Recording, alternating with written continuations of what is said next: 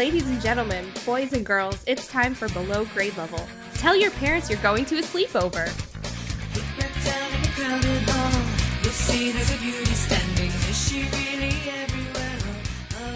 Hello and welcome to Below Grade Level, the show where we take the books that we read as kids and read them as adults. I am one of your hosts, Jonathan Eaton. With me as always is Bekah Eaton. Hello. And Chris Zaleski. Hello. How are you guys doing tonight? Present. Good. We didn't have technical difficulties right before this that were really, really frustrating and stupid. Yeah, that No. never happens. All we did was watch a cat push a bed off a shelf and scare himself in the process. Spoiler alert, both of those things are true. This is the final episode of Sweet Valley High Fight Fire with Fire. And if you listen to this podcast, then you know that means we brought in the closer, John Walker. The final chapter. Fuck, I forgot. I forgot that was what his name was, the final chapter. Yes. The final two chapters, right? Mm-hmm. Well, I don't know anything about this one as usual, except that you've been indicating that it was not a very interesting book, and then it got interesting. And this often happens as we're going into the last couple chapters that you all are sort of high on the book. Yeah. What do you think the odds are that this one brings it home, or that you've already seen it peak? Well, so this book in particular, so this is the second book in a 3-book trilogy, which we didn't realize at first. So at first I was like, or not at first, but in the middle of this book when it got boring, I was like, fuck, we really screwed up. Yeah. This is going to be nothing but filler because it's the middle. But now I'm thinking it'll probably end on a crazy cliffhanger, even though a bunch of crazy shit just happened. It's the middle book. It has to end on a cliffhanger. I am hoping that happens. I do think it's maybe a 50-50 chance that it just gets boring again for 2 chapters for no reason, since it was so crazy. It's got to set up something happening in the last... I can't even imagine, based on what just happened, what could happen in a whole other book. I was going to say a trial, but... Why don't you catch us up on what happened last time, Bekah? So, fuck. Normally we do this before we start recording because we have a whole book's worth to catch John up on. Yeah, we can skim through the first. I mean, would you call it a whole book's worth? Only technically. So let me just go off of my memory, which is probably not very good. So in this book, Lila, who is Jessica Wakefield, one of the twins' best friend, was arrested for arson. She's a teenager in high school. They thought she was an arsonist because her house burned down while her parents are away. Her parents have not been here this entire time. They're on vacation without her. Her house burned down, and a restaurant she was in was firebombed. So they think that she is an arsonist. So they arrested her, but then she was bailed out of jail by Stephen Wakefield, who's the twins' older brother. He's 18 years old. He's out of high school. He was an intern at the DA's office, but then he got fired because he was getting too close to the case because he bailed Lila out of jail. Hey, bailed out the defendant. Yeah. So he got super fired. Yes. And on his way out of the building... He almost fist fought the DA. Yeah, he almost got in a fight with the DA, literally. On his way out, he went to snoop around the evidence room illegally and found a shrapnel of a soda can in the evidence and remembered that this guy named John Pfeiffer, who had once tried to rape Lila, loved this soda. Which they didn't mention that fact until very late into this book. Which I imagine it was covered in the previous one, but still, it's like you recap. They mentioned that he was a rapist or suspected rapist. rape. Yeah. They mentioned the rape early. They did mention it very briefly. I mean, attempted. I don't know. I didn't remember it being Lila, but also I never remember what we ever talk about until I listen. Yeah, I don't remember, but it was really they one mentioned line. something about it. Yeah. But anyway, so he really liked that soda. So Stephen was convinced John's the suspect and bought a can of the soda to make Lila throw to prove that she wasn't a firebomber because she can't throw soda far. Foolproof. So, there's also this whole other guy named Devin. Holy shit. Who has so far not even spoken to anyone else in this entire book. He's from Connecticut. He's a teenager also. Mm-hmm. His parents died. They were rich, asshole, terrible parents.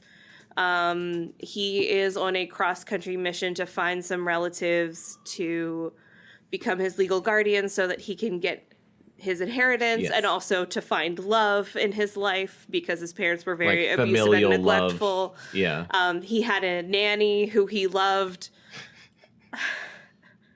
who was fired when he was 8. It was ripped away I don't know from why him. any of this fucking matters. Nanny was ripped from his little 8-year-old arms. And it just so happens that she lives in Sweet Valley. So she wrote him a letter. Mm-hmm. He went to go see her. She'd been writing him letters like every fucking day for decades, or I don't know, maybe 10 years or something. He got her letter at a motel he was staying at, which was like, I don't understand the logistics of how that happened. I don't Kid either. stays up on his mail forwarding. Yeah. So he went to go see her. Now he's staying with her. They love each other platonically. They had a tearful reunion. They had a tearful reunion. He read all the letters that she tried to write him. Mm-hmm. She told him to get out of the house and go meet people his own age. So he went and took his Harley out and drove it around and ended up at the football game where everyone else is, finally. Mm-hmm. He immediately sees Elizabeth, immediately falls in love with her. They have not spoken. Yeah, he sees her from afar. Caught a glimpse of her, and then she disappeared. And then he sees Jessica, and he thinks that Jessica is Elizabeth, which is hilarious, and I can't wait for more of that to happen. Yes. Finally, now we're to the last episode, I think. I don't think I missed anything important. Oh. See, this is why we normally do it off air, because I feel like this is taking an eternity. That's okay. I can cut most of this out For if I want. some fucking reason, Elizabeth and Jessica hate that Stephen is dating Lila, even though Lila is Jessica's best friend. And he's only 18, and she is probably like 16, and who fucking cares? They're teenagers dating. They're all wrong for each other, and their entire plot, the two twins in this book, is just to break them up. It's the only thing they're doing. So they're writing fake letters from one to the other, manipulating them both, trying to break them up. And finally, Stephen and Lila realized that was happening, that the letters were from the twins and not from each other. And they both went to mutually go break up with each other.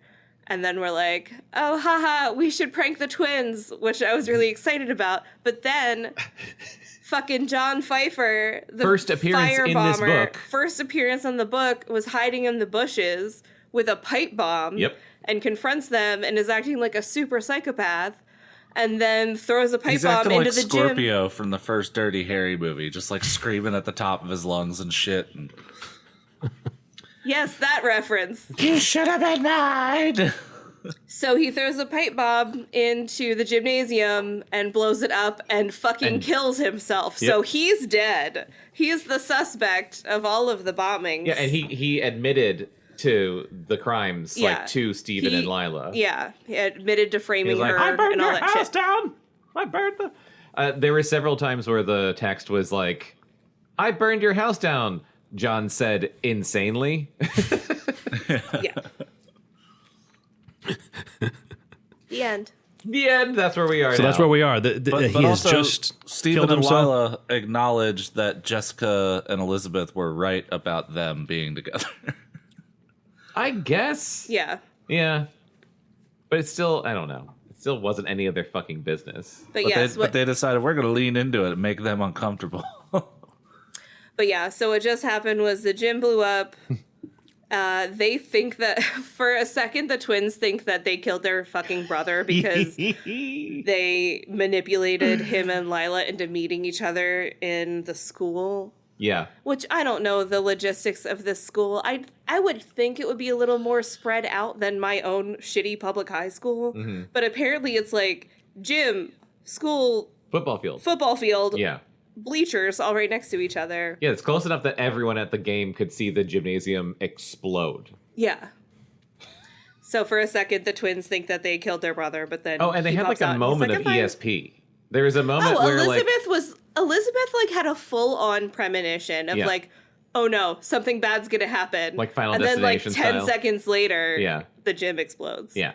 Well, and like there was a thing where like she realized something was going to happen, and then like she looked at Jessica, who's a cheerleader, and Jessica, as a cheerleader on the field, was also like looking up at her like, Steven. You know, like Yeah. Also, I'm twin-tuition. That's what we I'm called it. right, yes, twin tuition. And I am pretty creeped out by Devin because he saw Jessica for or Elizabeth for 3 seconds and was literally whispering to himself like, "I'm going to make you mine." He's like, "I will have her." He's not even. Yes, I will have you. He's not even enrolled in the high school yet and has a plan to stalk her and make her his. He literally I'm rode into town very on a creeped out by Harley him. like yesterday, and he's like, "I'll go here on Monday as a student." That's a thing that can happen. I go to school. I go here now. I go here now. So, John, Okay, I'm not going to talk anymore for the rest of the episode. After the premonition, the twin tuition moment, I've now started writing Sweet Valley fanfic, where they grow up to be the precogs from Minority Report. You know, just floating in a tank all day, sensing bad shit happening. yeah. Sweet Valley Precogs has a nice ring to it. Yep.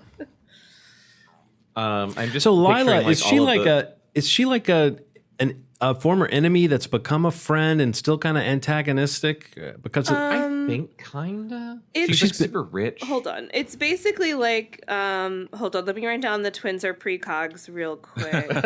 Even though these notes don't matter because we'll be finishing the book, but I needed to jot that down. Yeah, it'll be fun to read in 5 years. It's basically like if you ever watched Daria, which I'm sure you did, it's like Quinn and her best friend that they just kind of hate each other and they're both just popular bitches. Right. It's like that. It's like a frenemy situation. Yeah. They're I both didn't just, watch Daria, but Like I can What? get that reference in. What about Mean You're Girls? Gen X, John. I'm an outlier in so many ways. Old God. That's very Gen X of you. That Well, is see, there you very go. Gen X That's of you. true. Old Gen but X the- John. They're basically just, they're both materialistic and rich and shallow. Yeah. But so they're friends, but like, I don't know. Right. They're friends Jessica- that can drop each other But you have to have an enemy, so immediately, but yeah. What Kind of feel Jessica bad de- about it, but not that bad about it. yeah. What Jessica disproves of in Lila, she sees in herself. Yes. So deep. I'm feeling That is- insightful tonight, bitches. Nice. You're twin-sightful. Hey, technically I'm a fraternal twin. You made that joke last time too. Just got to remind people, you know, we're out there. Singular fraternal twins. Don't we have a twin city? Can't we say that, we're all twins in that way? Yeah. What is our twin Minnesota. city? Assuming we have an analog in our twin city, that like somewhere in the twin city Yeah. there's one of us. Yeah, I don't know. I have an actual twin. No, I know you outrank us all in that. Yeah, sense. I was gonna say Becca. I have a real alive twin that beats dead fraternal twin. And Twin Cities. Yes. I really like Twin Peaks. I don't know What if that about counts. my friend John Laney, who is also named Jonathan, and That doesn't count. it doesn't count. There's so many Jonathans. I know. Apparently, we have a lot of sister cities. What? Isn't one in like Japan or some shit? Yeah, one's in Japan. Oh my What? god, there's 4 listed and then there's 47 more rows. How many fucking sister cities can you have? What? The first That's a one lot it of lists siblings. is Genoa, Italy. Oh, I love their salami. Luxor, Egypt. Is it like Odessa, just- Ukraine. A natural like progression of like or a natural escalation of like pen pal programs. Like, oh, we better write a letter to our sister city. But what? Sister cities, known in Europe as town twins, are cities which partner with each other to promote human contact and cultural links. Oh, wait, is that really what it is? So like, That's what Wikipedia says. so Baltimore and Genoa were like, hey, you want to be friends? Yeah. Yeah. You Like wanna pen be pals. Pen pals? Yeah. I had No, no idea it was so- pen pal related. And the Twin Cities And are it is- specifically St. Paul and Guys- Minneapolis. Guys, Chris was right. Twinniapolis.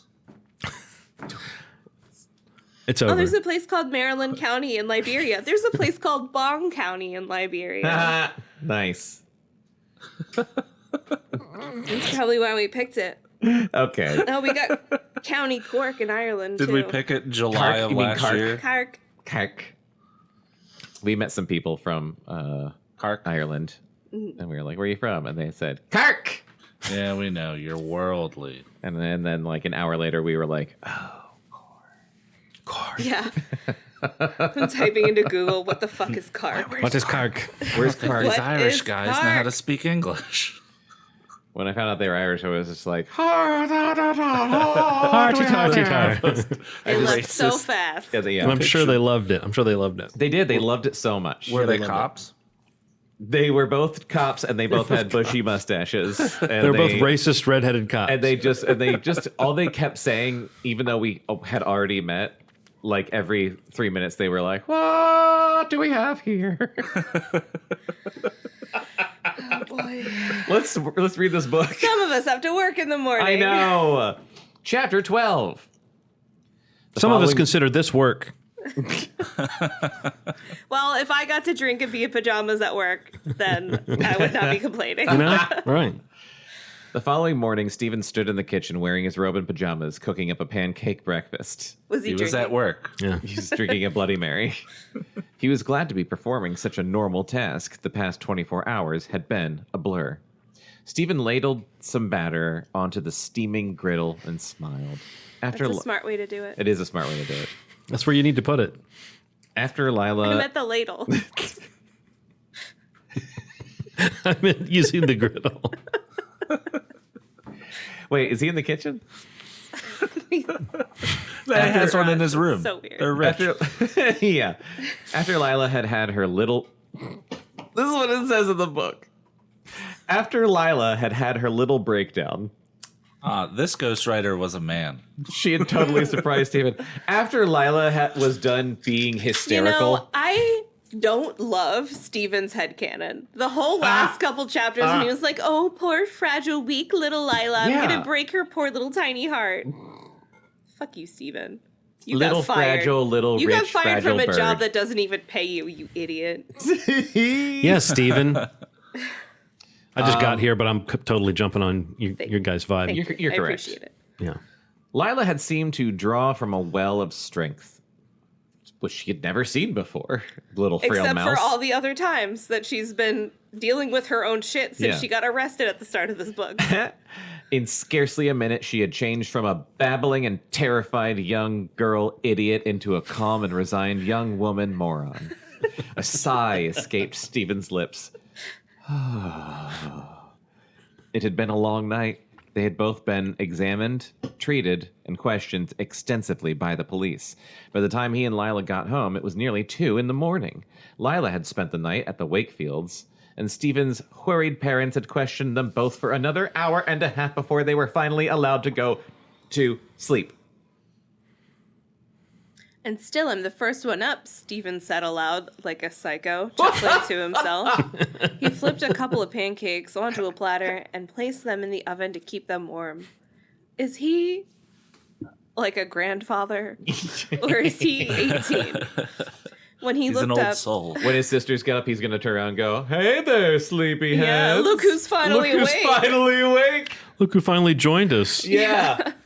When he looked up, Jessica and Elizabeth were shuffling sleepily into the kitchen. Jessica's hair was sticking out in all directions, and she was wearing a new silk robe. Elizabeth wore one of her old favorites, a fuzzy pink flannel with yellow roses, her hair pulled back neatly in a low ponytail. Even tragedy can't change some things, Stephen thought with a wry smile. Jessica sniffed the air. Pancakes. I love having you home, Stephen, she said Gross. as she took a seat.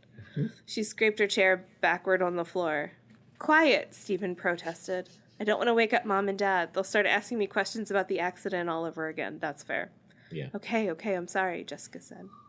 Where's Lila? Stephen asked. She's still sleeping, Jessica said with a yawn. I think she really needs the rest, obviously, Elizabeth added, helping herself to some orange juice. That's an understatement, Stephen said as he placed the pancake batter into the center... Platter, not batter, into the center of the table. I still can't believe the whole gym exploded, Jessica said, reaching forward to grab some steaming pancakes. We won't have to ever do PE again. I can't believe John Pfeiffer Mellencamp is dead, Elizabeth said seriously. She nibbled on a piece of bacon. Good riddance, Jessica said loudly. Jessica, Elizabeth hissed.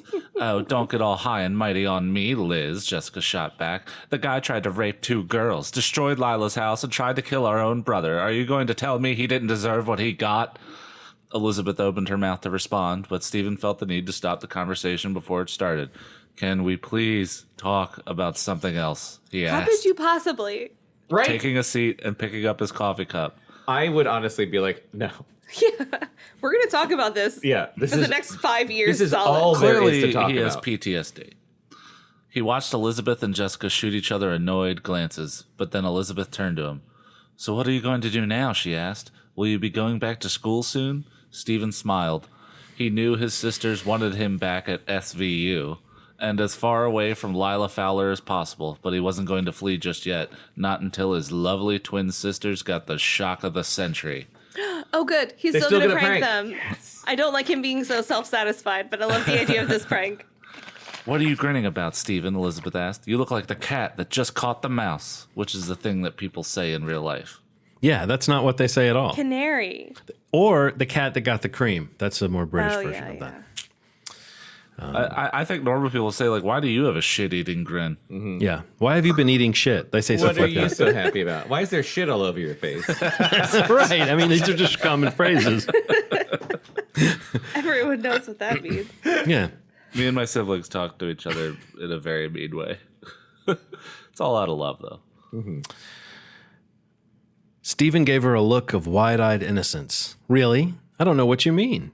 The doorbell rang and Stephen jumped up, happy to avoid any further questions about his future. Stephen hurried to the door and swung it open. When he saw the figure standing on the front step, his jaw dropped. Mr. Garrison, Stephen stuttered. Shit.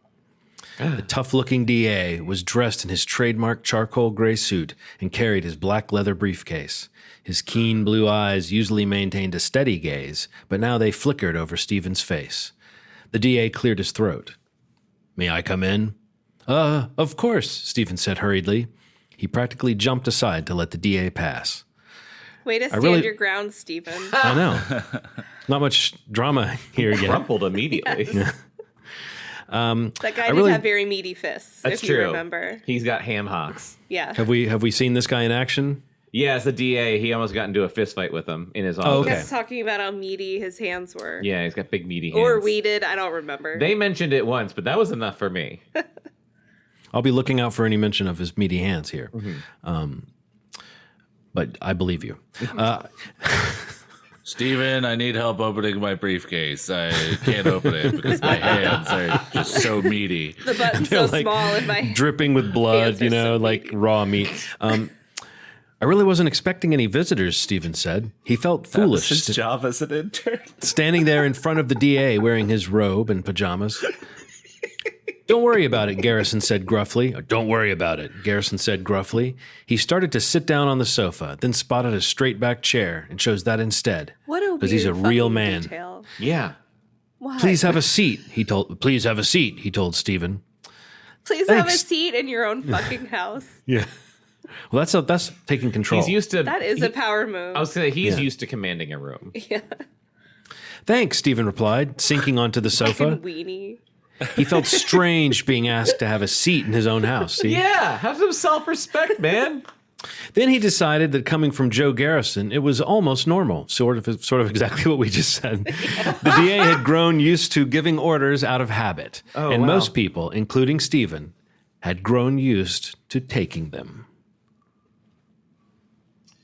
Can I get you some coffee or tea? Stephen asked. Garrison shook his head. No, thank you. I'd like to get right to the point. I'm offering you your internship back. Do you want it? Suddenly, Stephen's legs felt like jelly. He Ew. sank onto the sofa. You're asking me if I'll accept it? He whispered. Of course I will. Wait, did he sink onto the sofa 2 times in a row? First he sat on it, and then he sank in. No, look earlier. I think he sank onto the sofa. Like how far? Oh yeah, he sinked. He's sinking onto the sofa. So how Sink far to can you sink. sink? Sinking onto the sofa. It's a He's deep just sofa. under the cushions now. He's like Alfie. He's trying to get underneath. Stephen's legs felt He's like looking up from between the cushion and the back. He sank onto the sofa. Yeah, What? Okay. I know. Let's get to the bottom of this. As soon as the words were out of his mouth, the twins came bounding into the room. Congratulations, Stephen! Elizabeth cried, giving him a big hug. This is fantastic! Jessica shrieked. No. This is fantastic! Fuck! Jessica shrieked. She hugged him too. Then she startled the DA by planting a kiss on his cheek. Sorry. Steven should have just led with that. Right? Hey, my sister's a whore. Can I get my job back? I'm reading Faust right now, and this isn't interesting to anyone, but I was just reading a part where this girl is like dating Faust, and her brother comes back from war and finds out that she's dating someone and calls her a whore and then dies. And it's like with his dying breath, he's like, "You're a whore!" And then he dies, and it's crazy. How does he die? That's all. He fights Mephistopheles. Oh. And then, You know. and then, like, his dying breath, he's like, this is what I'm going to His use sister's like, "Oh no, you're dying," and he's like, "Yeah, I'm dying. You're a whore." He probably thought he had a couple more breaths to say something nicer or more poetic before he died, but instead, no. That's why you can't be That's a too kind mean. read of it. What I'm saying is, you if you're an asshole, you got to be careful with those dying breaths. You know, don't let the last thing you say be like something so that people are like, "Well, good." You're always reading the most feel-good material. I know. When I What made you die- pick up Faust? Just out of curiosity, I've always wanted to read it. It's a so the people that did Sleep No More, which is that play type thing I'm obsessed with in New York, they're doing a new show that's based on Faust. And I haven't, the show's just in previews now, so I probably won't go till later in the fall. Also, it's like 1,000,000 degrees and everyone's like passing out in there. But I have never read Faust, and so I want to read it before going. Cool. Because the other play, Sleep No More, was based on Macbeth, and I didn't read it until before the last time I went. And Yeah. I went like 7 times. So this time I want to actually be So you're starting this slightly one off on the right prepared. foot, yeah. Slightly, I mean, yeah. people passing out while going through layers of hell, that's kind of really good marketing. That's It very makes fitting. sense. They're like, that's Yeah. why it's so hot. That's why. Yeah, that's why. Yeah. It's all the Mephistopheles, Not not New the York lack in of the air summer and conditioning no air and water conditioning. stations. Yeah. Yeah. Did you like Macbeth? I like Macbeth. I have a hard time reading Shakespeare. I do didn't too, but I dislike liked it. Macbeth. Yeah. I did like it. For his serious ones, like for a Shakespeare drama, I liked it. There Yeah. are some parts that really caught me, and I was like, I understand these words, and they're awesome. And like the story was like interesting. The human story was interesting, but I know what you mean. Yeah. It's like you almost have to be taught it or read it in an academic way to like parse Yeah. just the story. It may I have really been like struggle to get the meaning, and I don't know. I've tried so many times, even took a Shakespeare class, and I just struggle to get the meaning. Yeah. But it is a really interesting story, and seeing it relate to stuff in Sleep No More is incredible. I did like it. I'd like to see the Michael Fassbender and Marion Cotillard. Marion Cotillard movie, because I Yeah. love them both. Yeah. That would probably help me know more of what is actually happening. Yeah, that movie looked gorgeous. Yeah. there's the one Joel Cohen directed with Denzel Washington and Frances McDormand too, which is good. Yeah. Oh, I didn't know that. Well, guys, I don't know if you know, but we're not reading Shakespeare. We're reading Francine sorry. Pascal. Yeah, it's better than Fuck, I Shakespeare. forgot. So let's get back into Pretty this much understand it at masterpiece. face value on the first pass. I didn't mean to Yes. go into NPR territory in the middle of the low grade level. I will say this: Shakespeare isn't meant to be read; it's meant to be seen Yes, true. and heard. Yes. The Bard. Can we all agree? The Bard. Well, there's no talking in Sleep No More, but Yeah. there is screaming. Yeah, sometimes. that's true. Where the fuck was I? I don't know. Oh, Jessica was kissing the Jessica DA. kissed him. Sorry, she said when he reddened. I'm just so happy. I can't help myself. For once, the DA seemed at a loss for words. He was trying to figure out how legal this was.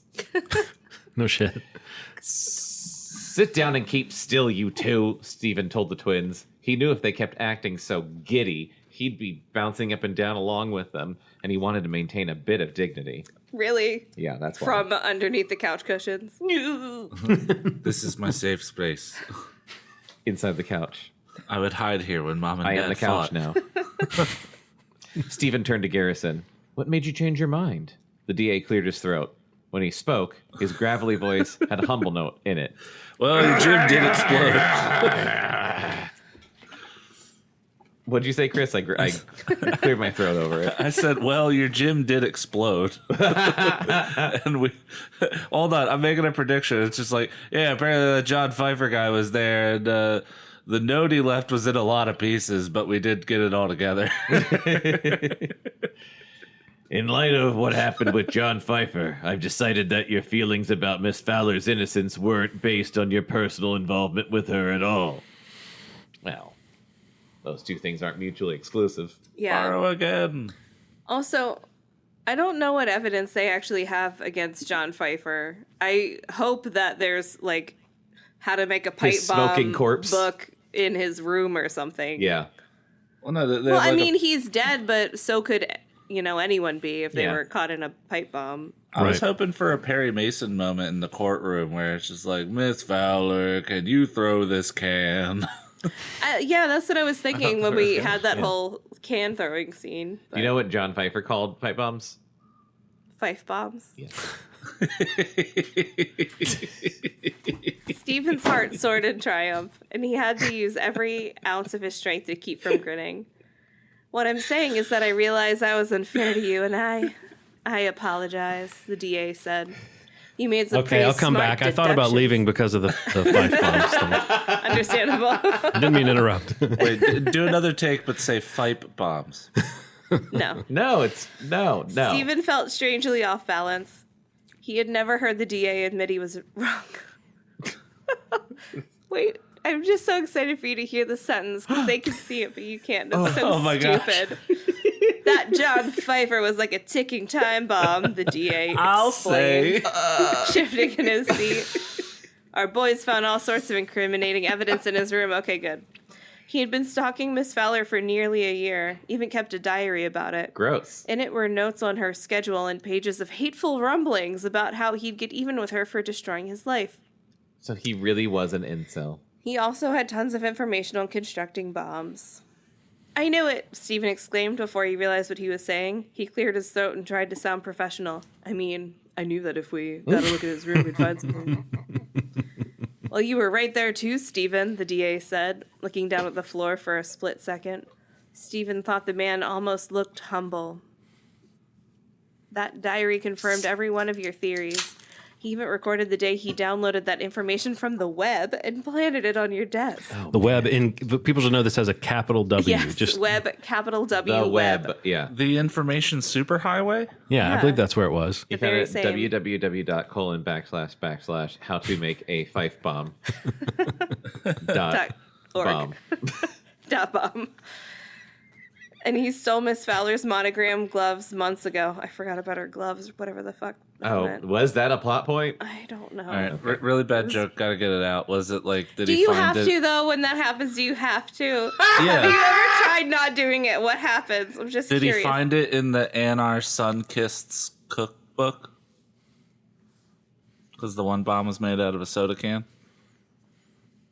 Sun kissed. Oh, see, I thought you meant like sons kissed, like two sons have kissed. I was thinking sun kissed, like Well, literally, I don't like know where she your looked- mind she is. looked And sun our kissed. sun kissed. I like that. What did you say? I was thinking sun kissed, like when you've been kissed by the sun, like you sun kissed. Because they're like California that kids, right? Turn of phrase. It's a turn of It is. phrase. That's It's why not the soda common. is called that. Yes. Thank What's you, John. more prevalent, the turn of phrase or the soda? It probably depends on who you At ask. this point, I don't Thought it know. was two boys Yeah. kissing. Some people and most people. I think it's like most people and a lot of people. I don't think it's as conclusive. I don't think sun kissed. Listener, what do you think? I don't think sun kissed as when you've been kissed by the sun. I don't think that's as uncommon as you think it is, Chris. I heard it both ways and actually thought I kind of got it both ways, but I don't know if I remember. I don't know if I knew that it was a soda can that was the. Maybe you told me that in the summary, but I don't know if I knew that a soda can was involved in the pipe bomb. The listeners So Yes. get it. What okay, about sun kiss? so that's why I didn't Sun- jump wait, to no, the sun- soda. what- So we'll oh, never fuck, know fuck, what I fuck. would have thought if I'd known it was a soda can. We'll never know. I did tell you soda can, John. Just Okay, Well, well, I spent a maybe long I time wasn't trying to listening to think every of a detail. rude. You don't have to Pun think of a referencing- pun. I spent a long time trying to think of a pun that referenced the Unabomber, and it wasn't coming. And then as soon as that came into my brain, I was like, launch now. Wait, did you do it No, already? I failed at figuring That out was the the Unabomber what he said one. was what he Oh. And our sun-kissed cookbook. son Chris. That made as much sense as what he It doesn't said. make any You think he sense. got that joke out of Exactly. the Anarchists joke book? See, that's good. It works when John says it. This is killing me. I'm losing my whole mind. Stephen looked at his sisters. He could tell they were as overcome by the news as he was. They had been going to school on a daily basis with a violent psychotic. The DA got to his feet. I should be going, Wakefield, he said, wiping his hands on his slacks. They were so sweaty and meaty. Oh, yeah, after... Wiping the meat what's-her-face kissed him. blood onto his slacks. He grabbed his briefcase and squared his shoulders. The case against Miss Fowler is being dismissed. Goodbye, Stephen. Good morning, ladies. He started across the room. Stephen walked over quickly and opened the door for his boss. Garrison gave Stephen a quick nod and left. Classic Garrison. When the DA was gone, the twins jumped up and hugged Stephen again. You must be so psyched, Jessica bubbled. Sorry, Yeah. too much orange juice. Maybe you should call Billy and tell her all about it, Elizabeth Too much added. sun-kissed? Well, no, orange juice because it was in Elizabeth's voice because they just had breakfast. What's going on? Stephen turned to... What's going on? Stephen turned to find Lila standing at the bottom of the steps, rubbing her eyes. She was wearing one of Jessica's white silk nightgowns. Perfect, Stephen thought. Ew. Ew. Wait for it. She's dressed just like my sister, finally. Wait for it. Lila, darling, he said, grabbing her hand and giving her a secret wink. I have great news. I just got my job back. You know, the job that doesn't pay me. Lila blinked groggily, obviously still half asleep. Then realization swept over her face, and she winked back at Stephen. Oh, my love muffin. That's fabulous, she cooed, grasping his arm. Don't you think it's the perfect... The book killed The itself. book did kill itself. The book saw Love Muffin and killed itself. The perfect ending. Where the fuck was Love Muffin? Up further. I know. Okay, There it goes. you just had it. Down. Don't you think it's the perfect time to tell them our other incredible news? Stephen grinned. Lila's performance was inspired. He looked back at his sisters, who were both gaping at him. Hold on to your hats, kids, Stephen said. See, this is a bad writer because I didn't even know they were wearing hats. Lila and I are engaged. Lila threw her arms around Stephen's neck, What I and, guessed. and Stephen caught a glimpse of his sisters grabbing onto each other for support. You're not the only Wakefields who can scheme, dear sisters, said the disembodied voice of fate. I don't know what that's supposed to be. Jesus Christ. It's in italics. Oh, yeah, that's That his was the Greek chorus. Stupid headcanon. Home sweet home, Lila said, as Stephen pulled the VW to a stop in front of Fowler Crest. It was there was a note smoldering wreck. Oh, has time passed? Oh, yes. Oh, yeah. There was a note of false gaiety in her voice. I'll do that again, knowing that. Home sweet home.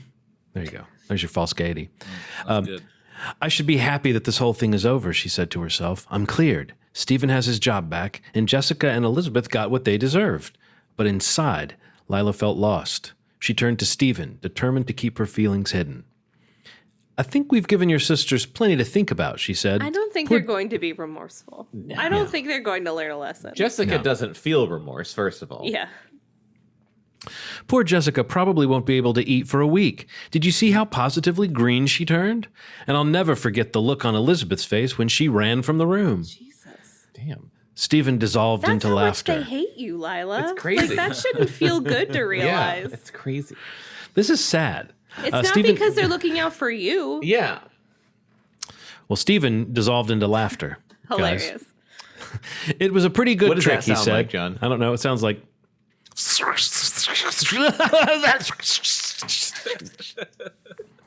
is perfect. Yeah. It was a pretty good trick, he said. It serves the two of them right for meddling in our lives. They'll remember this lesson for a long, long time. Lila, Ron Howard comes in. They didn't. They didn't. Lila tucked a loose strand of hair behind her ear and smoothed the pink skirt she had, quote unquote, borrowed from Jessica's closet. The thief. She couldn't have asked Jessica's permission because I like the idea that there's more than one permissions. She could have asked her permissions because it looked like her so-called best friend wasn't speaking to her again. I can't wait until they find out they've been tricked, she said. Then she paused and glanced up at the house. Ironically, the construction had been completed the afternoon before. Okay. While John had been busy destroying the school, the crew here... I want that house repaired before I come back from the coast. The whole house that burned down has been rebuilt. Yes. But this has been like less than a fucking week and her parents still haven't been home. Has it been less than a week? It hasn't been very much time. Jesus Christ. I don't really think there's gaps of time in between days. Well, it did burn down in the last book, so who knows how long. It could have been 2 weeks. She was still in... She spent one night in jail. Yeah. No, that's far too soon. It should be months. Months and months and months. She should be living in a motel. While John had been busy destroying the school, the crew had been here packing it in. Oh, well, I guess I'd better go, Lila said. Stephen put a hand on her arm. Not so fast. Is something the matter? You seem a little down all of a sudden. Lila's lip quivered. I should have known I couldn't hide it from you, she said. She twisted her hands in her lap. I don't know what's the matter with me. The whole ordeal is over and all the charges have been dropped. You'd think I'd be jumping for joy. Yeah, it's called PTSD. It's called shock, trauma, all these things. Shock trauma. It's called shock trauma. It's called shock trauma. SVU. Shock trauma.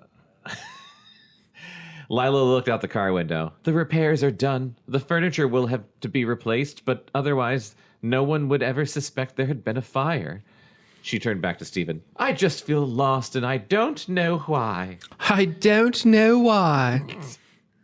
Stephen put his hand over hers. You've been through a lot, Lila.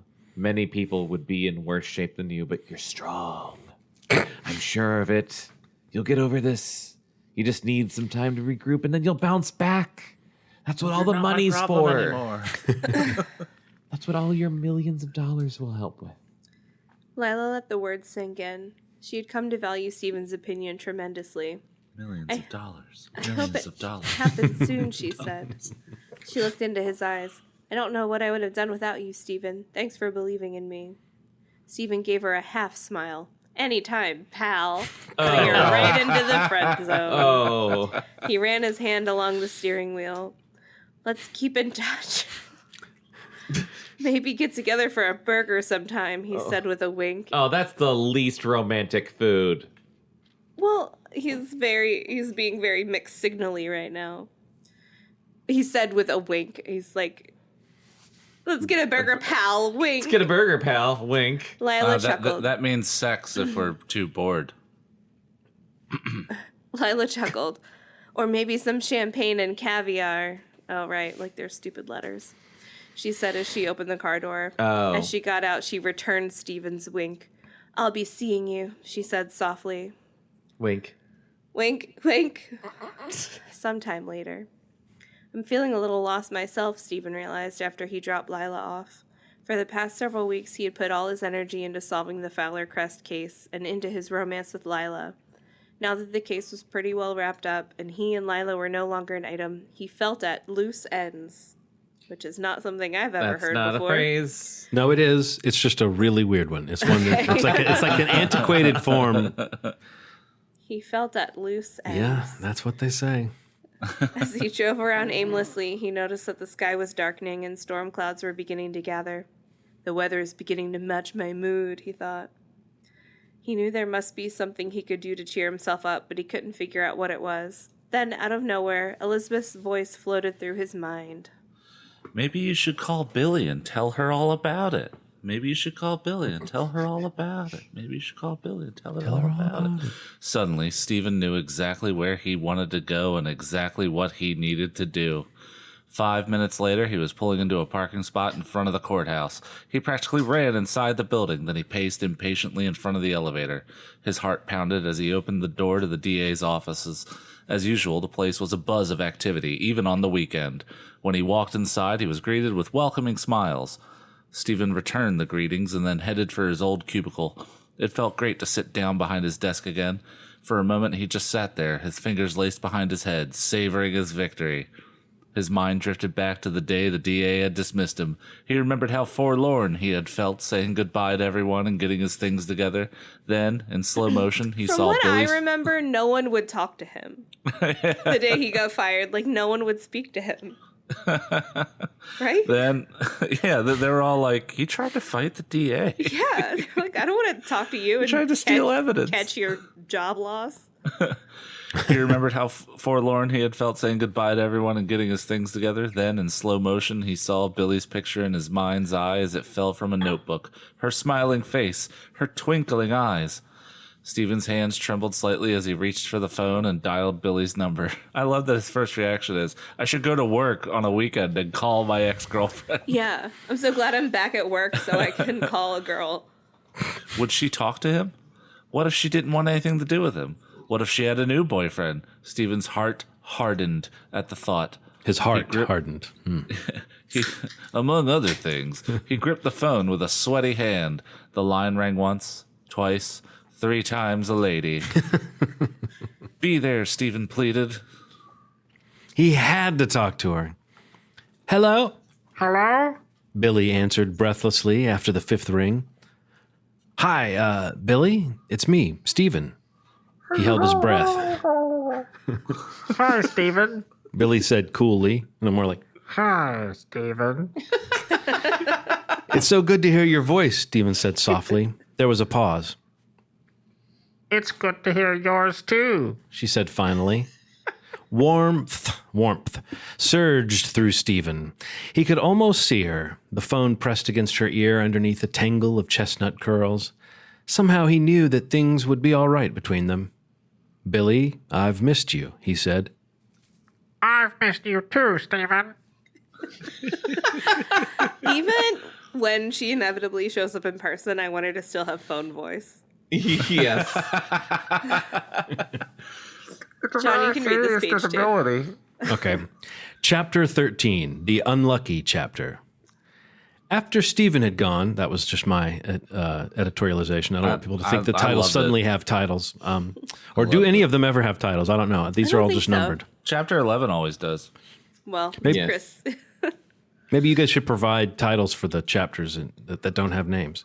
After That would Stephen, involve reading them first, and we're never going to do that. make things fun. It's kind of a It's gonna predictive skill, barrel though. in. You have to guess where it's Yeah, going. we can guess the chapter title each time. Yeah, Chapter 7, further nonsense. I'm just saying, make this thing fun.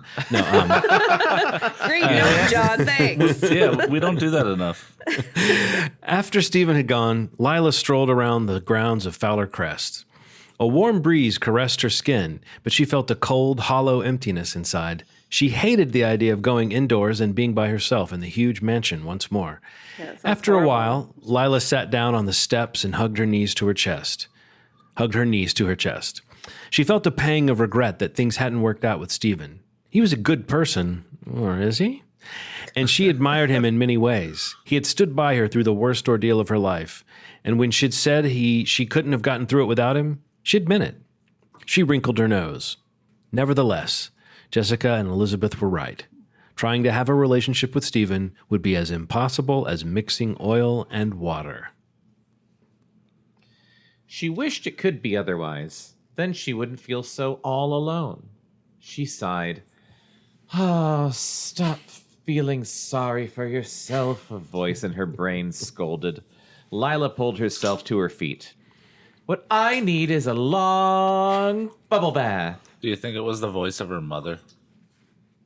Oh, stop feeling sorry for yourself. Oh, Stop God. feeling sorry for yourself. Yes. 100,000%. What I need I bet you fucking. Well, I don't know. I guess he's gotta be. But I feel like John Pfeiffer can't be dead. What's even the next book? I don't know. Devin Where's hasn't even shown Devin? up. Where's Devin? Where's Devin? Where's Devin? Maybe it's the Devin trilogy. What if Devin died and they think that his corpse was John? That's too crazy, That's right? too crazy. I want more of Devin. We're not done with Devin. Sorry, our cat. I really hope Devin isn't in heaven. Can you push that up so he can get onto it? Because he's not going to. Our cat's being an idiot. Alfie, figure it out. What I need is a long bubble bath, she said with determination to no one. She turned and pushed through the front door. Once inside the mansion, there were servants there, but they're no one. They're not people, though.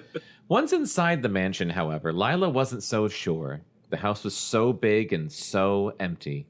The thought that she would sleep there alone again that night sent her heart plummeting to her ankles. Heart ankles. This writer does not get any idiom right. Even when even the oil and water thing was not how people say it. You know, it's like, do you think they're trying to be artful and just like it's, you know what I mean? They're trying to like change it up and missing the mark. So many times in this book where we're like, that's almost a phrase. Yeah, right. Well, it's like they think of a phrase and they're like, that's how that goes, right? And then they don't look it up and then they just write it. Yeah. Then she heard voices. Lila did a double take as she saw her mother hurrying down the staircase toward her. Oh, it's like a Home Alone. She was still dressed in her linen suit and pillbox hat she had favored for traveling. There was a pained expression on her face. Oh dear, it's so good to see you. We've been frantic. She gushed. We've been what? Frantic. Frantic. Oh, okay. Sweeping Lila she's into her Moira arms. Rose. Mr. Fowler wasn't far behind. I'm so glad that you're all right. He said in a choked voice. Lila freed herself gently from her mother's embrace and stared at her father. She's just like, ew. It's not choked from emotion. It's choked from having to express emotion. I'm not used to this. She freed herself from her mother's embrace and stared at her father in astonishment. His normally ruddy face had gone pale. She had never seen him look so shaken. I've gone 2 hours without drinking. We had to take a commercial flight back. Do you know how disgusting it was? I'm used to my little private jet puddle jumper. She felt a rush of feeling as she realized she had underestimated how much her parents cared for her. This unexpected outpouring of emotion from them left her totally off balance. I love this Would we theme. call that an outpouring? I love that. Well, for her, Yeah. I love this theme of like, oh, my parents do love me. Not upsetting at all. When did you guys get in? Lila asked, finding her voice. Oh, a little over an hour ago. I guess we didn't hear you drive up, Lila's father said. Then he reached out and clasped her hand. I was so worried, honey, he said. He said that over a handshake. I was very worried, daughter. I was very worried. And release. You caused me great concern. You raised my blood pressure quite a bit. I was worried. We stopped at Carter's drugstore on the way home, he explained. Mr. Carter filled us in on what's been going on while we were away. I'm so sorry we weren't here, Lila. So was that the first time they heard about it? Was at the fucking drugstore? Did they just come back when they planned to come back and only just found out about it when they went to go get some fucking Tums or something? How did the house get rebuilt then? This is what I was asking earlier in the book. Like, do the parents know the house burned down? Yeah. Because if I was a parent, even a fucking rich one, if I found out my house burned down, I'd be like, oh, I guess vacation's canceled. Right. Gotta go deal with And that. if a teenage boy Gotta get not home. Get his mail forwarded from Connecticut to a Sweet Valley motel, then I think word can get to her parents at whatever hotel they're staying at in Turks the and Caribbean. Caicos. Yeah. Yeah. Oh my God. Tears welled up in Lila's eyes, but she blinked them back. She didn't want to cry anymore. It's a horror, her mother cried, stroking Lila's hair. When I heard there was a fire while you were here all alone, well, I thought I would faint on the spot, she wailed, but I didn't. And when I heard that you'd been arrested, I was infuriated, her father thundered. I'm imagining, like, infuriated. Oh my God, he shook his fist in the air. Oh my God. How dare they treat my daughter like a criminal? To think of how humiliated, how terrified you must have been. Lila could see your father working himself up into one of his famous rages. That's really cool. His face was beet red and everyone felt really comfortable about it. Oof. When I think that I'm paying taxes for such slipshod police work, Mr. Fowler shook his head. Don't worry, honey. I'm going to see to it that the DA makes a public apology to you and that the text appears in the paper. What? The text of the apology, obviously. How Oh, people okay, talk. obviously. Sorry. You're absolutely right, George, Lila's mother nodded. Her voice was full of indignation. Lila was horribly treated, and all the while the police should have been protecting her from that parasite, John Pfeiffer. Lila held up a hand for silence. He won't be bothering me again. He's dead, Mom, she said in a voice barely above a whisper. I'm just glad he didn't hurt me. She let out a long sigh. Oh. Anyway, it's all over now. John Pfeiffer did? Mrs. Fowler gasped. Mr. Fowler's lips were set in a thin line. That boy was disturbed, he said. Lila watched as her father clenched and unclenched his jaw, as he often did. He was obviously trying hard to regain his usual stony composure. This is revealing more without stony or ad-libbing. is he usually full of rage? Which is it? Stony until rage. It's Like good a mountain combo. just seems like a mountain until it's a volcano. I ad-libbed that. It wasn't written. It sounded like something that was written. It was beautiful. You are very insightful tonight. You're very twin-sightful tonight. Twin-sightful. Hell yeah, Kevin energy. I was about to say my undead twin. My dead twin is named Kevin. She was touched that he was so. She was touched that he was so outraged and upset about what had happened to her. Usually, she only saw him carry on so much about business. God, Jesus. I mean, his first thing was to bring up how much he pays in taxes. So that's true. her father turned down the staircase. Well, you certainly did a first-rate job of rebuilding the mansion, her father boomed heartily. I'm proud of you, Lila. She was on the phone with the contractors all day. She was handling estimates and She was like, picking out new paint. I got this mansion rebuilt in 2 weeks, Dad. Lila's just like, I'm yes, 16. I did that. I guess I'm gonna start a building company because I'm a fucking prodigy. Oh, yes, a regular entrepreneur. I'll second that, her mother piped up. I've always thought you could handle anything that came your way, Lila. This is proof. She gave her daughter's shoulder a quick squeeze, and that meant the world to her. A quick squeeze, not too long. Don't linger. Lila swallowed. Thanks for the vote of confidence, both of you. Next sentence, sorry. It means a lot to me, but her throat suddenly closed up. But what, dear? Her mother prompted. Now even the narration is an accent. But Lila's voice wavered. She took a deep breath. But it would have meant a lot more to me if I could have heard your voice during the past few weeks, Mum. Yours too, Dad. Lila took another deep breath. She was dangerously close to crying, and she didn't want to get Scottish started. territory here. Her parents stared at her in open-mouthed silence. Can he do it? I felt so alone, so abandoned, Lila said in a choked voice. She looked from her mother to her father. How could the two of you go off to some remote island when you can't be reached? You were gone for nearly a month, and you never even called. Her voice squeaked. And you never even called. Her voice squeaked. Lila saw her father take her mother's hand. I had absolutely no idea you felt that way, Lila, he said. Your mother and I have gone to lots of trips, and you never complained. When I said we'd be unreachable, you shouldn't have You should have told me how you never felt. burned down before, Jesus Dad. fucking Christ. I didn't think I should have to tell you, Lila said in a small voice. I may act sophisticated all the time, but I'm still a kid. Concern and sadness were etched on her mother's face. I was never a kid. I thought you enjoyed your freedom and independence, Lila. This is so grim. Lila lifted her chin. I do, she said firmly, but I still want to know you're there for me. I still want to know you care.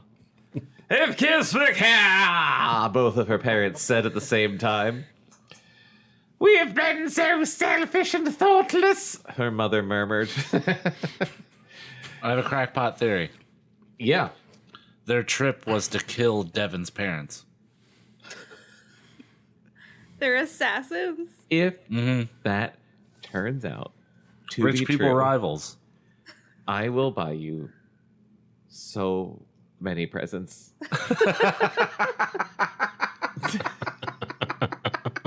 I love the promise of that. Like, oh, I don't So know what it's vague. going to be. So many presents. So many Just presents. like 5 Snickers bars. That's Right. Yeah, it's going to be so many, though. It won't happen again. We'll always make sure you have a way to get in touch with us, won't we, George? Lila's father nodded solemnly. We certainly will. He enveloped Lila in a bear hug. She breathed in his familiar cologne and felt truly relieved for the first time in weeks. I killed For a Chris. second there, my brain didn't understand what you were saying. That's how we feel.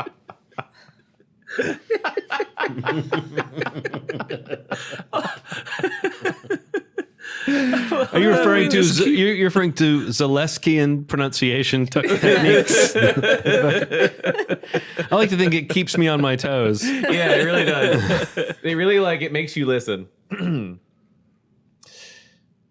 There must be some way we can make it up to you, Lila, her father said after a moment. What would you say to a new car? Lila smiled softly and pulled herself from his arms. No thanks, Daddy. I already have a car that I love. You don't have to buy me anything. Nonsense, her mother protested. What about a new Oscar de Roget gown?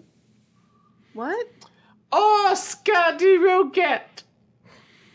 Oscar de Roger, maybe? I don't know. Oscar de Roger. I have no idea. Rogue. No, I don't fucking know.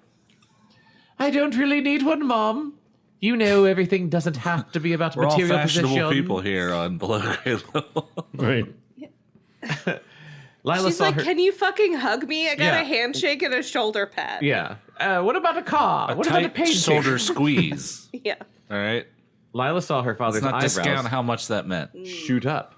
What about a diamond tennis bracelet? No thanks, Dad. Diamonds aren't really my thing anymore. That was more from when I was like 11 years old. Not your thing anymore, Mrs. Fowler echoed. Her jaw dropped. Lila chuckled lightly. Don't get me wrong, I still like them. It's just that they aren't as important to me as they used to be. She shrugged and wrinkled her nose. I guess I've changed a little. Mr. Fowler frowned. If you don't want diamonds, how about that European racing bike you've been admiring? Seriously, who started writing this book a couple chapters ago? And where have they been this whole fucking time? I don't know. Where have her parents been this whole fucking time? Oh my god, when is this going to end? Dad, no thanks. Lila was really laughing now. Ruby earrings, her mother offered. Lila threw up her hands. I told you both that this isn't about material things. What about an island? You don't have to buy me anything. Can't you tell that I've grown, that I'm different? What if I bought you a person? We'll buy you a little brother. Lila's father pursed his lips. I see. Well then, I don't suppose you'd consider an expense-paid ski weekend in Colorado for yourself and a friend, would you? Of course it's expense-paid. She doesn't have a job. What about going to Colorado, but it's all on you? Yeah, ooh, bitch? Colorado. Lila had already started to shake her head and stopped abruptly. Aspen was so lovely this time of year, like teenagers say. Yeah. Her lips curved into a smile. I suppose if it would make you happy, Dad, I could consider it, she said, fucking depressingly. Meanwhile, Devin knelt on Nana's kitchen floor. I really wondered if we were going to get back to him. Me too. That was a very confusing amount of, K's and N's. He was dressed in what he called his Mr. Fix-It outfit. His oldest, most faded jeans, worn without a shirt. So I knew it. Just a pair of old jeans. Just a pair of jeans, nothing else. He calls it his Mr. Fix-It outfit. No, Nana calls it his Mr. Fix-It outfit. And she's like, Why don't you put some oil on your chest? I don't feel like you're greased up enough. I was just going to say, I've got some spare grease from the bacon I made you this morning. Ew. I always save my bacon grease. Yeah. As he tightened the screws on the hinge he was replacing on Nana's kitchen cabinet, his mind drifted back to the catastrophe at Sweet Valley High the night before. What an introduction to the school! There, he whispered as the last screw locked firmly in place. click. He put down the screwdriver and raked a hand through his hair. Seductively. Oh, and then he opened a Diet Coke and chugged it in front of a bunch of horny office women. No, An it's image gotta of be the- Mentos. This is definitely a Mentos commercial. An image of the body being carried away on the stretcher flashed through his mind, and I thought I had problems. He shook his head. What kind of life had led that guy to his terrible end? It's almost like I haven't been a part of the story this whole fucking time. From the panic snatches of conversation he'd overheard, he gathered that this guy John had firebombed the school because of an obsession with getting back at a girl named Laura or Lily or something. But he'd also heard that the guy had tried to rape her. He felt a brief shudder of disgust. What a sicko. I want to hear Even the though- whole plot of this book from Devin's Yes, eyes. me too. This town's nuts. What a wild ride. It's two girls. They look the same. It's fucking weird. But from his perspective, there's one girl That's true. who's really fast. Yeah. Devin wiped a trace of grease on his jeans and began replacing his tools in his toolbox. He has a toolbox already. He just moved here on a motorcycle. His mind returned to the girl in the pale yellow dress. He had searched for her during the chaos and confusion, but he hadn't found her. There was something about that girl that made Devin want to protect her. The more he thought about it, the more certain he was that he had to be with her. Don't Yeah, like that, and Devin. the bomber's a sicko. Yeah, sure. Devin finished putting his tools away and snapped the toolbox shut. One thing's sure, he said to himself. There's more to Sweet Valley than meets the eye. It's not every day that you get to check out your next... Oh, you go to check out your new school and it blows up in your face. I like this guy's attitude. What a Nana. wacky town. Nana came bustling into the kitchen. Oh, Devin, I can't believe you've been working again, and on such a beautiful day. I was just picturing her the whole time, peeking around the corner Yeah. at his Mr. Fix-It outfit. Ooh, I love that outfit. I guess he's done. I'll go in. Yeah. She patted him on the shoulder. Then she examined the hinge on the cabinet. That old thing's been broken for ages, she said. I keep telling myself I'd get around to fixing it, but I never did. Devin felt a warm glow. He would have enjoyed helping Nana even if she hadn't expressed so much appreciation for every little thing he did. No problem, he said. After all, if this is going to be my new home, I want it to be in good shape. Nana laughed lightly. Thanks. Now why don't you get out of the house? Why don't you get the fuck out? She was always telling him to leave. Yeah. You could take a ride down to Sweet Valley Marina. I'll bet it's lovely there now, and you could drown yourself. I mean, I imagine people that live there just call it the marina. No, and I'm Chris, sure you'll everybody in find Sweet some Valley- young people around too. Everybody in Sweet Valley calls everything the Sweet Valley whatever. Are you going to the movie theater? Are you going to the Sweet Valley movie theater? Let's say, going to the movie theater? No. Are you going to the Sweet Valley movie theater? Oh, yeah. Oh, Going yeah, down there. yeah. Yeah, that one. Yeah, that one. Yeah, I'm going to that one. Devin regarded Nana silently for a moment. The kind face with the gentle blue eyes, The past week or so, since he'd been staying with her, she had made him feel more at home than he had ever felt in his life. And she had agreed to be his guardian, even though she thought he had been disinherited, cut off without a cent. It's time to tell her the truth, Devin Why said did to she himself. think that? Did he tell her that? I don't know. It's time to tell her about the money. Nana was looking at him curiously. Devin, are you all right? She asked. You have the strangest look on your face. Devin took Like Nana. you suddenly came into some money. Were you thinking about money? You look more wealthy all of a sudden. Devin took Nana by the shoulders and steered her towards the kitchen table. Where are you taking me, Devin? Sit down, Nana, he said firmly. We've got to talk. Okay, oh, Jesus. When they were seated across. Are we breaking up? Don't go so fast. When they were seated across from each other, Devin cleared his throat.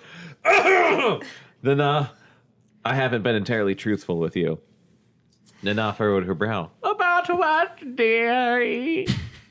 I hope the next book is like Nana in furs Oh, and like a shit. tiara, She's like, just walking in slow motion. yeah. It's kind of hard for me. I feel so bad about lying to you by omission. Devin took a deep breath to calm his nerves. Telling the truth about his money was an even bigger step than he had imagined. It was hard to let go of his mistrust of people now, even though he wanted to. It was kind of like leaping from an airplane without knowing whether you had a parachute or not. Nana was still looking at him expectantly. Her hands were folded in the lap of her blue gingham dress. There was a single vertical crease in her forehead above her nose. That's not a love bad that amount of crease. wrinkles for how old she sounds. Yeah, single one. Just one. Just what is the she, like one. 40? Right? What is she, me? He called it her upper crease. I told you I was broke. What if she was 40? I don't think she would be that old. Yeah. I don't know. I told you I was broke, Devin said softly, that I'd been disinherited. It's not true. Nana unclasped her hands. I know. Devin felt as if all the wind had been knocked out of him. The suspicions that had been sleeping deep inside him began to stir. A cautionary voice began whispering to him, "Be careful." He looked into Nana's clear blue eyes. Anything. Had she been acting all along? Had he been fooled again? He couldn't bear to think so. "How did you find out?" he asked hoarsely. "How long have you known?" Nana shook her head. "I spoke too quickly. I didn't know for sure. I simply didn't believe your parents would disinherit you." Oh, wait, she knew already? That's I- what we're finding out. I missed that. Yeah, I thought he had said that, not her. She said, "I know," and then she Oh. was like, "Wait, I don't really know." Okay. But when you said they did, Nana let her voice trail off. She rubbed her forehead, the one wrinkle. "When you told me they did, I thought that maybe it was possible, but it just felt wrong to me." Devin realized he was sitting on the edge of his chair. He felt lightheaded. Why was the idea so incredible? I thought it was pretty believable. They hardly even knew I existed. If I had been disinherited, I wouldn't have been too surprised. Nana gave him a long look. "Oh, Devin, I worked for your family for years. 8, to be specific, I Yes. think. When you're around people, you see things." She looked down at her hands for a moment. "Your parents talked about you often." Devin felt his mouth drop open. He held onto his chair tightly. His parents had hardly seemed to know he was around. "What did they say?" he whispered. Nana tilted her head back as if she was collecting her thoughts. One day your father was on his way to some big client meeting. You had played your first Little League game that afternoon. A sunny smile spread over Nana's face. Your father was so proud. He told me you outran, outpitched, and outbatted every other kid on the team. An obvious All the lie. parents thought you were on anabolic steroids. Devin got a faraway look in his eyes. Strange. he said. I don't recall him ever coming to a game. Nana nodded slowly. Oh, yes. He was so busy with business, but he went whenever he could. Oh, he was so busy with business. With book business. says. He was so busy with business being a businessman. Business really, literally means busyness. He was so busy with busyness. Business. He was You a may businessman only- with a business plan. You may only remember the bad, Devon, but there was some good mixed in. And my mother, what did she have to say? Nana paused for a moment. Very little. she often talked about you. One day I was preparing pastries for a tea she was giving. You were going to be there, and you were all dressed up in a little suit. Look at my son, she said. He's so smart for his age. He acts like a grown-up already. That's Devin's not a good eyes. thing. That's a sign of sad Bad parenting. shit. Yeah, Bad parenting. sad shit. Sad kid shit. Devin's eyes misted over, and he wiped a hand across his face. Why didn't they ever say those things to me? He whispered. It would have meant so much. I keep forgetting how good when Chris does Devin's voice, how good he is at doing like a Kirk Douglas. It's so good. I just want you to know Just that. want my parents to love me. Is that what Kirk Douglas sounds like? Yeah, Not exactly. It's not the best That's like impression, but- yeah. I don't know what he sounds it's like. I'm not challenging It's like an you. I just don't exaggerated know. Kirk Douglas, right? John, are we right? We're right, John. Right, John. I understand the Kirk Douglas-y qualities that you're talking about. Kirk Douglas always had that kind of like, gotta, like, you know, he's this like guy. that, like that pain, like oh my god, like that kind of thing. Yeah, he has that energy. I wouldn't have imagined that, but I don't think I've seen Kirk Douglas in it. That's what I was gonna say. Is like I don't know if I've seen a Kirk Douglas movie. I just know what the Kirk Douglas voice is. I'm Spartacus. I just Did some- can't believe that's right. It's not It's an accurate. exaggeration. It's not accurate, but it's right. It's like how Edward G. Robinson Like- didn't always walk around going like, yeah, see, yeah, Well, no, yeah. But he but did what it I would say- enough. also very much did. But he did it enough that that's the thing. Well, I think that's not even really what I'm saying. What I'm saying is like Chris doesn't sound like Kirk Douglas, but those are the qualities of Kirk Douglas's voice. Like a lot of the time, when he's acting intense, he's doing something very like overacty, like that's very like gruff but it's got a kind of whininess to it. Gruff and pained and whine. Yeah. If you listen to Michael Douglas's voice, there's a little bit of whine in Michael Douglas's voice too. When he's doing something, he gets up here like Yeah. in a he's very definitely nasally got a tone. wine. Yeah. So it's it's genetic What's that wine. movie where he's Like a wine mad? gruffer. The music where he's bad. That The movie where he's bad. The movie where he's mad. Oh, the traffic movie. Yeah. Falling Down. Falling Down. I had a joke about him and the name of that movie, and now that we figured out the name of the movie, I don't have it anymore. It's gone out of my head. All right. All right. I'll see if I can get this train back on the tracks. Continue. Yeah. Now that we've derailed your page. Nana put a hand on Devin's arm. That was the problem. They didn't know how to show their love. She pressed her lips into a thin line. Your mother was jealous of your feelings for me. That's why your parents let me go. Nana stared out the window. She never said so, of course, but I could feel it. I never did anything to rectify the problem. Devin took another deep breath. They were jealous of his feelings for her because she was acting more like a mother than his actual mother was. So the solution was, let's get rid of this bitch. Let's not get show rid of his his Yeah. love. Let's never change. Yeah. Let's just let him not know what a mother can be. Yeah. Devin took another deep breath. He'd have to give this news some time to sink in. Nana went on speaking. So when you told me your parents had disinherited you, I found it hard to believe. But then I thought that maybe something had happened during those years I was away from you to change things. Devin went to the sink and filled a glass with water. His mouth felt dry as dust. A very Kirk Douglas thing to do. So now you know about the money, he said. He downed the water in one gulp. But you don't know how much. It's $20 million. Devin studied Nana's face closely. He expected amazement, but all he got was a steady stare. That's a lot of money, Devin, she said. We're all really impressed, Devin, with all your money. She started a slow clap. You should be careful with it. Invest it wisely. Devin's heart had begun to thaw, and now it warmed further. Nana's reaction was so different from Uncle Mark's and Aunt Peggy's, who I don't know. She didn't care one bit about having the money for herself. She thought only of him.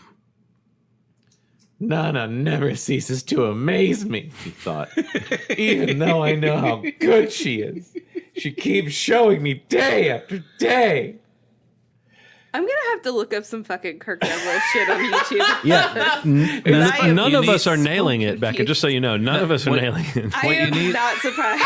No, What we're striving for and what you should Google for is Kirk Douglas Dana Carvey.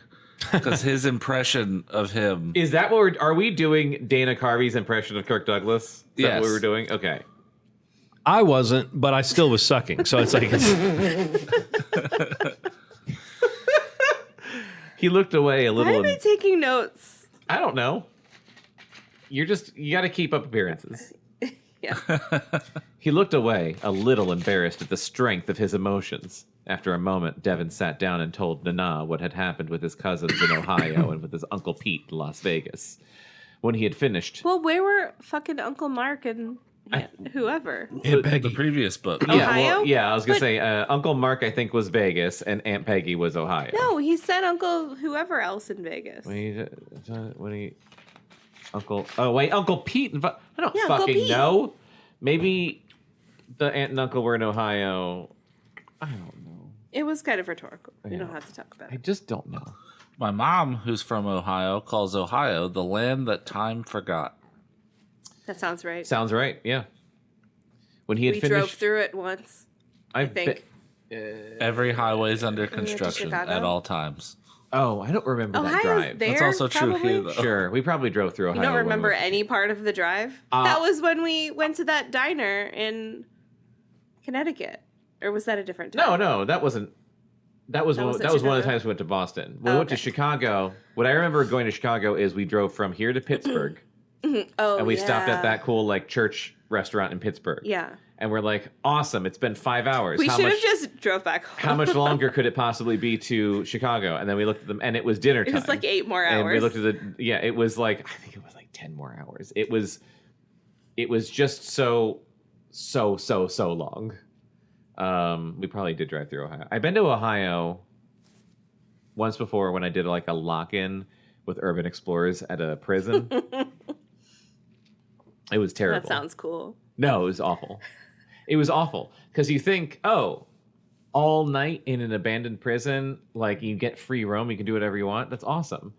I do not think that at all. That sounds like a nightmare to me. After 2 Sounds hours, boring. yes, thank you, Chris. After 2 hours, I was like, I'm done. Like, so it's cold and dark and there's nothing here? There's nothing cool to see. And then it's just like, how much time do we have left? Oh, we've got like 6 hours until we're allowed to leave. Jesus. It sucks. It sucked. It's when you find a cell and bunk down. That was really the moment when I was like, I don't like urban explorers. I don't like them as people. The 2 hours part sounds kind of fun though. So why make it a lock-in? You know what I mean? Like why not have it just be a 2 hour thing or a 3 hour because thing? it was like it was not an abandoned prison. It was a shut down prison it was like Eastern State Penitentiary. Mm-hmm. So it's like a prison that wasn't still a prison, but like they still like kept it was still like open. You could do tours and shit. So they were like, oh, urban exploration community wants to come here and like check it out because it's like it would be the same thing as like going to Eastern State. And it was like you come here at like sundown and then we'll let you out at like sunup. But there were still a ton of places we weren't allowed to go, except people broke into them really, really, really fucking quickly. Of course. Really, really quickly. But even still, like once you see all those places, you're like, oh, okay, this is boring. And also, I think I'm just trying to remember being young. Mhm. And even being young, I don't think I would want to do that. yeah. It was presented to me as an opportunity, like, oh hey, all the people from this urban exploration message board that I was on, they're all getting together in like the Northeast in Ohio at this prison. Let's go. I was like, okay. Sucked. I feel like it's like with any sort of interest, because I feel like most people have multiple interests. No one interest defines their entire personality. Except. But then you have a bunch of people where the one thing you're interested in is their whole entire personality. And it ruins that interest for you. And it ruins those people. Well, yeah. Well, why would you ever want to hang out with people that only have one interest? Yeah. That's the lesson, kids. It's like I like metal, but people that only listen to metal Like alloys or are well the music. I know. I'm a fan of the alloys as well. They seem to get a lot done. But yeah, like metal fans are tiring because all they want to talk about is metal, and it's like, yeah, You mean like I metal like ceiling it. fans? I'm sorry. It's like, yeah, I like it, but like, can we talk about something else? Yeah. No, anytime a fandom is like that, like I'll go see a band I like or a live show of something I'm excited about, and if I'm around too much, even something I love through and through, if I'm around too much of like a crowd that defines itself by that thing, I become very kind of icked out. But partially because I don't want to see myself as someone whose identity is wrapped up in one little thing like that.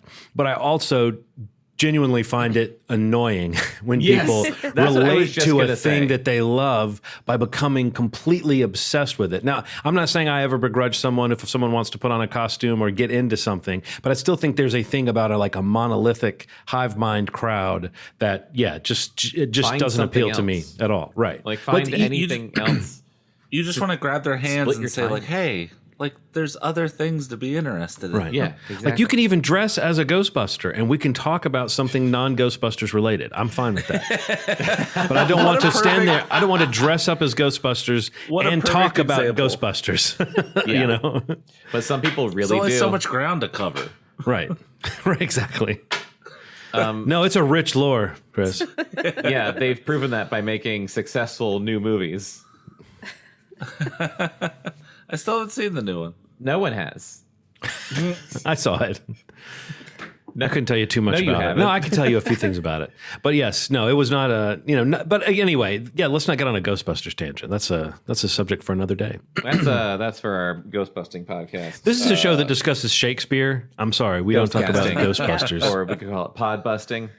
Can we get back to Faust? Casting please? makes me That's feel all good. doing. Nailed it. Oh fuck, that is good. No, can we get back to Faust? It's very fucking funny. Okay. I just was at work reading, like literally, he called her a whore. And I'm just like, this is the craziest It's like shit. Yoda dying. You're a whore, and then it's like he dies Amazing. because it's a play, Yeah. so it's written like a play. Oh, yeah. So he it's says you're a literally whore, and then like, it says then he dies. then he dies. Amazing. Are you sitting there at just had to work go and you're back just to like, work. I'm on break and now I'm angry. I'm like, this guy's a dick. He only heard that she was fucking this guy. He hadn't even spoken to her yet. I mean, anyway. that guy sounds like a dick, but man, what a power move! Like your dying breath would just be like, Call your sister a whore. You're not even your sister, just like anyone, just whoever. Like, what if it's just the doctor, and you're dying, and you're like, come here, and the doctor leans in, and you just go, you're a whore, and then you die. That would I think Faust even a is a doctor doctor, who right? sees death every day. That would shake I think you. even a doctor You'd would be remember like, that. what? What did I do? Okay, we gotta Let's finish book. this book. Oh, Devin, you poor dear. She said softly. I'd give anything if I could erase the things that happened to you. Just wipe them out. But I can't. All I can do is prove to you that everybody isn't like that. Devin looked into Nana's eyes.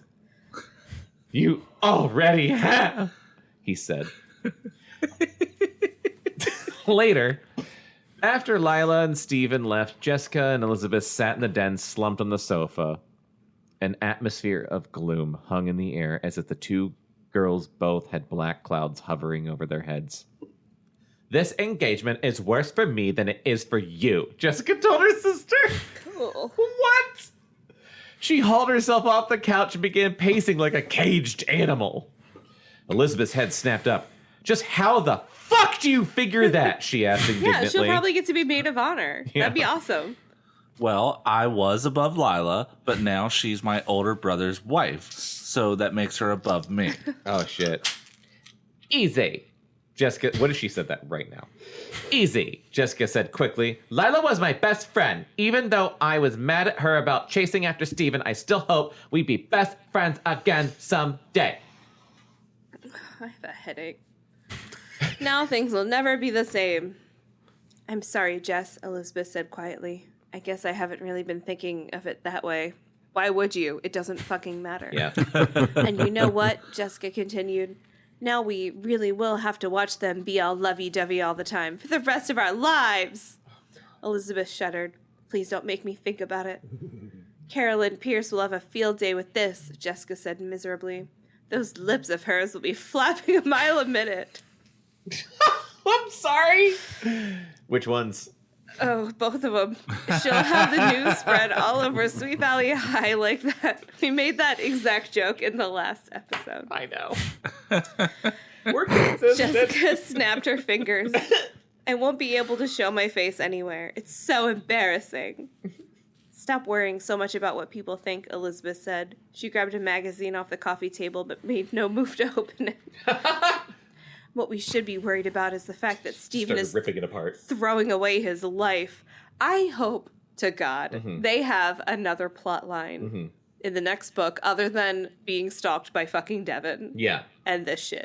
And I hope it's framing Lila for arson. Like, it worked once, almost. You know what I'm worried about that, Jessica said. But I still hate giving Carolyn a single crumb of satisfaction. Jessica sank onto the couch again. It's a very sinky couch. Yeah, they gotta get a new Everyone's couch. sinking right into At least it. replace the cushions. Yeah. She Get some new foam. That might be the story of the next book. Yeah. Is like, what's up with Shopping this for a new couch? The couch that sank too much. She leaned back and stuck her long legs out in front of her. Lila and Steven are engaged, and I suppose we just have to accept it, she wailed. Again, I Jesus. wish they would put that note at the beginning of a sentence. Yes. Right. They didn't think about us reading this out loud on a podcast. No. How did they miss that? Yeah. I can't, Elizabeth said, returning to the table. I mean, I can't believe it. He totally belongs with Billy. Why can't he see that? We need a miracle, Jessica said. Sweet Valley High is not big enough for 3 Wakefield girls. Ugh, Elizabeth groaned. Lila Fowler, our sister-in-law. She's no worse Sometime- than Jessica. Again, she's no worse than Jessica. Jessica is a Sometime- lot worse. Okay, I'm sorry. Sometime later, Ken Matthews always thought internet chat rooms were for kids with no real friends. Then he accidentally links into an artist chat room and meets the most... Oh, wait, hold on. I'm starting this paragraph over. Fuck Hold is on. this? What is is the happening? Yeah, what is... What is this? Wait, is Oh, this the that's end of the book? Oh, that was the end. Lila Fowler, our sister. Oh, shit. Oh, Yeah, that's the oh, end. wait, hold All on. right. Well, you also got to borrow Yeah. again. Wow, I think Why would it end on... Why would it continue on the same page it ended on? that's confusing, for sure. Yeah, that's kind of like a next time on or something. Yeah. But it's Yeah.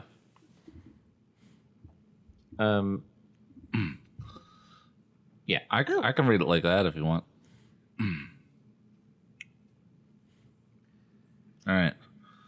Ken Matthews always thought internet chat rooms were for kids with no real friends. Then he accidentally links into an artist chat room and meets the most amazing girl he's ever known.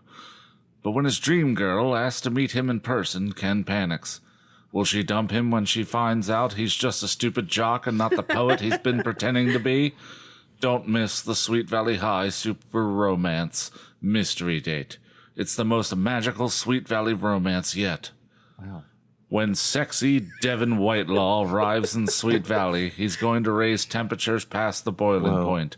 He's cool, He's hot, Whoa. and he'll steal your heart. Don't miss Sweet Valley High, number 138, What Jessica Wants. Book 1 in an intense 3-part miniseries. Okay. Wait, I thought this was the second book in a miniseries. I saw when I looked this book up on 138? Goodreads, it says that this book was the end of a 3-book Yes, series. thank you, John. Wait. I was just about to say. Oh. So I was looking this up while we were reading. I was like, I wanted to find out what happened. The whole time we thought it was the middle one. This was the end of a trilogy, not the middle of it. I don't know where we got that information, but our information was wrong. Also, it was book 137, which we were also wrong about. So it's fine. It's not We're good fine at this because I thing we googled do that it we're not during an paid to do. episode. Well, I know, but I don't know. The internet had bad information for you. How could the internet be wrong? So what I was going to say is this was the end of the trilogy. We found out what happened. I wasn't prepared. I know. So it's the case closed with the arson and John Pfeiffer's dead, et cetera, et cetera. I feel like first book, attempted rape. Second book, firebombs. This book, conclusion. Probably, Chris, probably.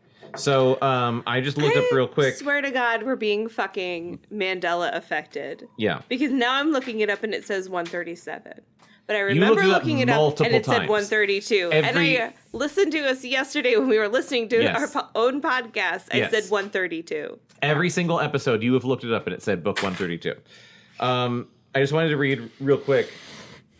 So the next book, we're not going to read the next book, but just in case you're curious, the next book is called What Jessica Wants. Can Devon resist Jessica's charm? Is Jessica Wakefield losing her touch? Usually, she could wrap any guy around her little finger, but Devon Whiteclaw, the sexy new guy in town, won't give her the time of day. Of course, his coldness makes him even more intriguing. Jessica swears she'll make him hers. In fact, she'll crush anybody who dares stand in her way, including her own twin. When Devon becomes Elizabeth's new chemistry lab partner, she can't help but notice how good-looking he is. Who wouldn't? Still, she only has eyes for her longtime boyfriend, Todd Wilkins. But the more time Elizabeth spends with Devon, the more impressed she is by his brilliant mind. In comparison, Todd seems, well, sort of ordinary. Will Todd be history when Devon goes after Elizabeth's heart? Did anyone clock the voice I was trying desperately to do when I read that whole... I took it to be sort of an announcer voice? a Ken Jennings kind of newsman sort of thing. Close. I just thought I it was was going like, for Robert Stack Unsolved Mysteries. Oh, no. It was you're not good. good. Yeah. No, but It was I not a good impression. was responding to the essential sort of, But Ken Jennings getting that vibe. if you like had that- the Unsolved Mysteries theme song under it, I would have totally gotten that. If I was doing Ken Jennings, I'd be like, when sexy Devon Whitelaw I don't know what the fuck Ken arrives Jennings in is. Sweet Valley, he's going to raise temperatures past the boiling point. No idea who Ken Jennings is. I'm just looking Dateline. at Google images of Sweet Valley books. Well, specifically, I was looking for Fight Fire with Fire. Yeah. And it's showing me something else called Lila's New Flame, which is hilarious. And the picture on this cover is so disgusting and ridiculous. Oh, is that Steven? Lila's New Flame? Ew, is it? Ew! Yeah, Is obviously. it? Look at how she's reacting. But also, like, flames in the title? Yes, exactly. They literally planned this ahead of time. It's like they mapped it out. I don't know what book number it is, but I just thought this picture was I would have very, to very guess funny. was- It says 135. That must have been the first book Yeah, in that's this what I was going to say. series, It would have apparently. to- Yeah. I wonder what Now fire that pun. reality has Wow. changed and the book The numbers first in are the different series. than what they were yesterday. Fucking simulation breaking down. Ba, ba, ba, ba, ba. You haven't done that for quite a while. I'm just not always feeling it. But It's our thing. it's like being in church and someone calling you out for not singing along. Don't liken this to a cult.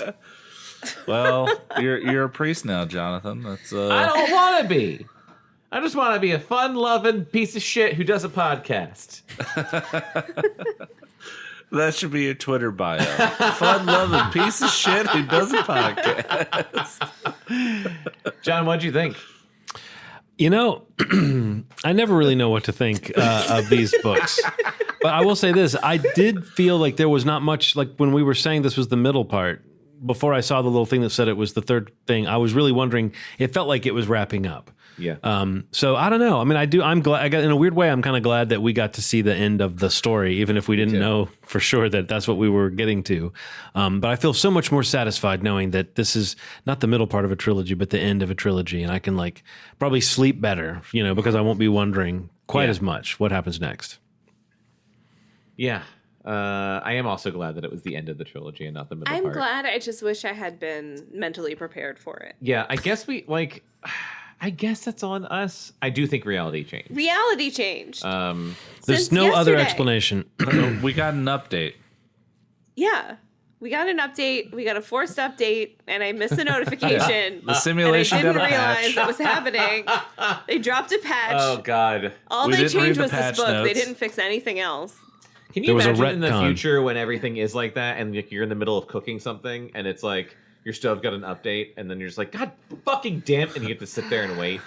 That's depressing. I know. It's a weird. We're getting the worst version of the future. Well, I still stand by my stance that, like, in the middle of 2016, the guy in charge of the simulation went to the bathroom. And because in simulations, time probably goes faster. Like Inception. He's still in the bathroom. Yeah. And when he comes back, he's going to be like, no. I like that. I like that idea. I also like This the is my idea one that job. wasn't it also like sometime shortly before Trump got elected, they did something with the Hadron Collider. Yeah. People are like, oh, they Also, Harambe died. they opened. That has nothing to do with anything. That, for all we know, that's like a moment locked in time where. Why would it be? Well, It's a Well, that's not not for to us be to a know. dick. It's just a gorilla though. Like it's not for us to know. it's just a gorilla. If you put Harambe dying and like turning on the Hadron Collider next to each other and be like, which one of these things is going to have a bigger impact on the space-time continuum? A weasel got into the Hadron Collider and caused some shit. Yeah. Oh, that's what it was. Yeah. The weasel was And, sent by Harambe. Or was it I'm just legal saying, Harambe? a dead gorilla and a weasel in a fucking particle For collider. all we know, the alternative was worse. Which one has more of an think about impact that? on like the space-time continuum? I'm How not long going do you with think the we're going dead to do this gorilla. wrap up? Because I have to pee. Should I And just you have pop to- out now? You also or- have to work in the morning, so let's just wrap it up. Okay. Let's wrap it up. Let's wrap it up. Hey, John. I'm not trying to force. I'm just. Oh no, I know you're not. I'm just. No, we were fully. Look, I think we were starting the Harambe. I don't know how much longer you're talking about argument. Harambe, so I didn't know if I the could Harambe hit the bathroom real Collider quick and come ditch back that we had ended up in. You're We had to get out accurate. of it. You're correct in putting your foot down, being like, "Look, I know where this is going." I'm not. In an alternate universe, it was called the Large Harambe Collider. Yeah, that's what I was going to say had we continued. And see, if I named episodes, that's what the name of this episode would be. Large The Large Harambe Harambe Collider. Okay, John, what would you like people to know about? Just in general. Oh, I mean, people listening to this, you do shit. I've You stopped. could empathy. say, what do you want to plug? Community. No. You can find me on Those are good too, I Instagram guess. and Twitter at Gianni W. That's GIANNIDUBYA. You can find my music on Bandcamp and other places, but definitely Bandcamp is where to go for new music, and sci-fi.bandcamp.com. That's SIGHFIGH.bandcamp.com. If you follow me there, you'll be among the first to know about an EP that is coming soon called Whatever Happened to John. So look forward to that. Also, with this same group of people, I have a podcast called The Puzzling Matter of Mr. William Joel, where we talk about Billy Joel's music. One episode is out, but you can find that on all your favorite podcatching apps. And the second one will be coming out soon. And I've just started another new show called COINTEL Pro, COENTEL Pro, about You don't make it easy on yourself. No, I don't. Everything's got to be spelled. Yeah, what do you mean? Right. Yeah. This is 65 is the name of my new podcast.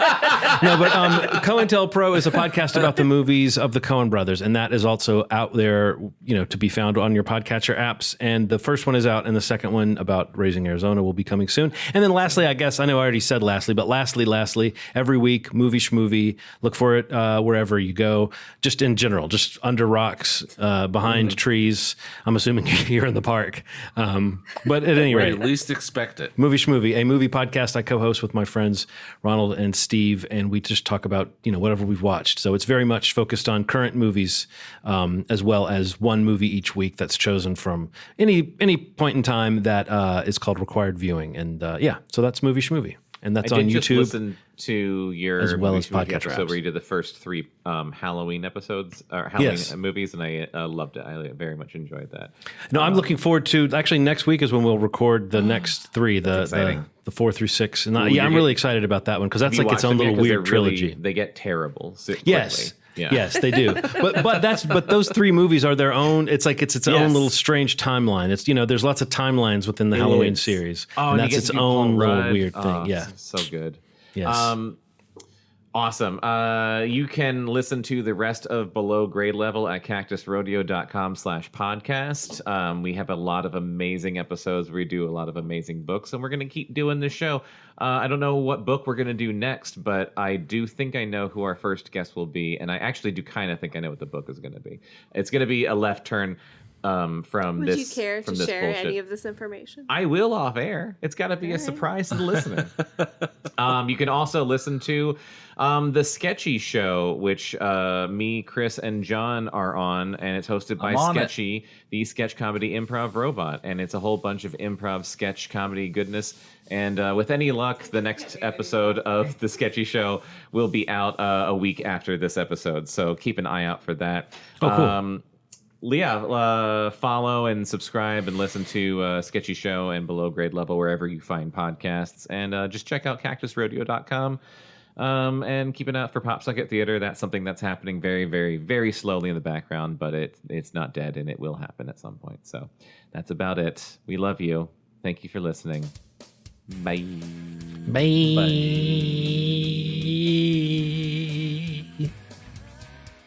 Below Grade Level is a Cactus Radio production. You can contact us at podcast@cactusrodeo.com. Subscribe and follow on iTunes, Stitcher, and Spotify, and follow Cactus Rodeo on Facebook, Instagram, and Twitter for more entertainment and updates. Look the same at Sweet Valley, Sweet Valley.